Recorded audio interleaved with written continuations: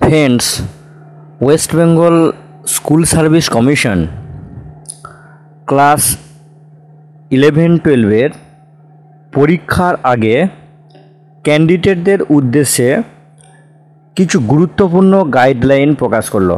আপনারা জানেন যে ওয়েস্ট বেঙ্গল স্কুল সার্ভিস কমিশনের মাধ্যমে 9-10 পরীক্ষা অলরেডি হয়ে গেছে এবং 14/9/2025 তারিখ ক্লাস 11-12 পরীক্ষা অনুষ্ঠিত হতে চলেছে। এই পরীক্ষার বিষয়ই গুরুত্বপূর্ণ কিছু গাইডলাইন প্রকাশ করলো West Bengal school service commission এবং এই গাইডলাইনটা গতকাল অর্থাৎ 10/9/2025 তারিখে WBSSCর অফিসিয়াল ওয়েবসাইটে প্রকাশিত হয়েছে। আপনি যদি ক্লাস 11-12 অ্যাসিস্ট্যান্ট টিচার রিক্রুটমেন্ট নিয়োগের একজন পরীক্ষার্থী হন, তাহলে এই নোটিশটা কিন্তু আপনাকে অবশ্যই জেনে রাখা দরকার। তো চলুন শুরু করি নোটিশের মূল বিষয়বস্তুটা। সাবজেক্ট হচ্ছে reporting time and the relevant information for the candidates who will appear in second SLST 2025 within bracket 80 for class level 11-12. This is to notify all concerned that reporting time for all candidates who will appear on 14/9/2025 for second SLST 2025 within bracket 80 for class level 11-12 is 10 AM for flexing. Candidates are advised to ignore the reporting time of 11 AM printed on admit card and report at 10 AM sharp on 14/9/2025। অর্থাৎ second SLST 11-12 assistant teacher নিয়োগের পরীক্ষা 14/9/2025 তারিখে যেটা অনুষ্ঠিত হতে চলেছে, সেখানে reporting time নিয়ে অ্যাডমিট কার্ডে যেটা বলা ছিল যে 11টার মধ্যে প্রবেশ করতে হবে, 11টার মধ্যে রিপোর্টিং টাইম ছিল, সেই রিপোর্টিং টাইমটাকে কিন্তু এখন 10টা করা হলো। অর্থাৎ অ্যাডমিট কার্ডে যেটা রিপোর্টিং টাইম ছিল 11টা AM, সেটা স্কুল সার্ভিস কমিশন এখন নোটিশ প্রকাশ করে জানিয়ে দিল যে রিপোর্টিং টাইম কিন্তু সকাল 10টা।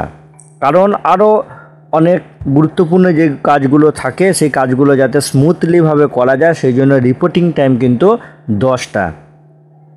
এবং সেই সঙ্গে আরও কিছু বিষয় এখানে উল্লেখ করা রয়েছে, যেমন দো it is specified clearly on admit card, it is reiterated that the candidate can only bring themselves in the following items: transparent ballpoint pen, black or blue ink, transparent water bottle, photo ID proof as mentioned in the admit card and original admit card। এইগুলো তো আপনারা জানেন already admit কার্ডে আছে, এইগুলো guideline অবশ্য অনেক আগেই বলেছে। তারপরে যেটা বলছে দেখুন, all these can be brought in transparent folder for candidate with hazy unclear missing signature or photo. They must bring a self-attested photocopy of Aadhaar or voter card along with original। অর্থাৎ এটা খুবই গুরুত্বপূর্ণ, যে সমস্ত ক্যান্ডিডেটদের অস্পষ্ট বা signature বা ছবি নাই, তাদের ক্ষেত্রে অবশ্যই উক্ত ডকুমেন্টের কিন্তু সেলফ অ্যাটেস্টেড ফটোকপি আনতে হবে, প্লাস অরিজিনাল আধার কার্ড বা ভোটার কার্ড আনতে হবে।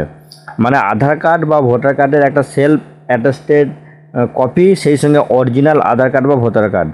Without each documents admission to venue for the candidate with such incomplete admit card will be strictly forbidden. মানে এই ধরনের ক্যান্ডিডেটগুলোর ক্ষেত্রে এই গাইডলাইন্স যদি তারা ফলো না করে, তাহলে কোনোভাবেই কিন্তু তাদেরকে ভেন্যুতে অ্যাডমিট করা যাবে না। Candidate are further advised not to bring any valuable or personal belongings with them, as sufficient cloakroom facility may not be available in the venue.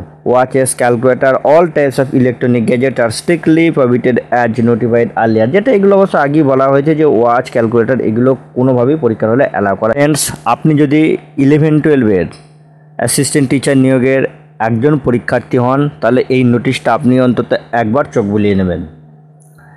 তো আপনাদের সর্বাঙ্গীন সাফল্য কামনা করে শেষ করছি এই ছোট্ট নোটিশের আলোচনা। ধন্যবাদ।